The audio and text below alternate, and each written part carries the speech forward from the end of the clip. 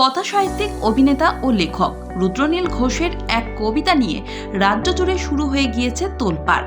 এই কবিতাটিতে তিনি প্রাথমিক শিক্ষক নিয়োগ দুর্নীতির মূল অভিযুক্ত সুজয় কৃষ্ণ ভদ্র ওরফে কালীঘাটের কাকড় চোকা যাওয়ার ইস্যুকে ব্যঙ্গ করেছেন। সেই সাথে তিনি এসএসকেএম হাসপাতাল এবং মুখ্যমন্ত্রী মমতা বন্দ্যোপাধ্যায়কেও নিচু করে কবিতা লিখেছেন। কবিতাটিতে রুদ্রনীল লিখেছেন, মাস্টারিকের চলল নাটক, বাঁচাতে এক গলা, পিজি নিজের নাম ডোবালো, কাকু বাঁচাও খেলা। তিনি আরও লিখেছেন, পিজির কিছু ডাক্তাররা পিসির কথায় চলে। এরপর তিনি কবিতাটিতে কটাক্ষ করে লিখেছেন, চরকি নাচন নাচল ইডি, খাটলো অনেক দণ্ডি, অবশেষে বিচারপতি চটকে দিলেন পিণ্ডি।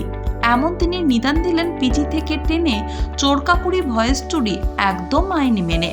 বাপেরও যে বাপ থাকে দেখলো তা বাংলা, সবার উপর চোর সত্য, সবার উপর কোর্ট সত্য, তাহার উপর নাই। কোর্টের অর্ডার ভাঙলো বর্ডার, ছুটলো ইডি পিজি, পাঁজা কোলা হলো কাকু পুরো ঘেটে হিজি বিজি।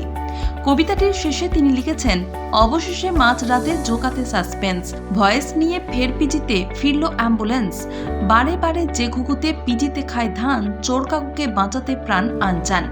রুদ্রনীলের এই কবিতাটি নিয়ে রাজ্যের শাসক দলের পাশাপাশি বিরোধী দলের মধ্যেও বিতর্ক শুরু হয়েছে।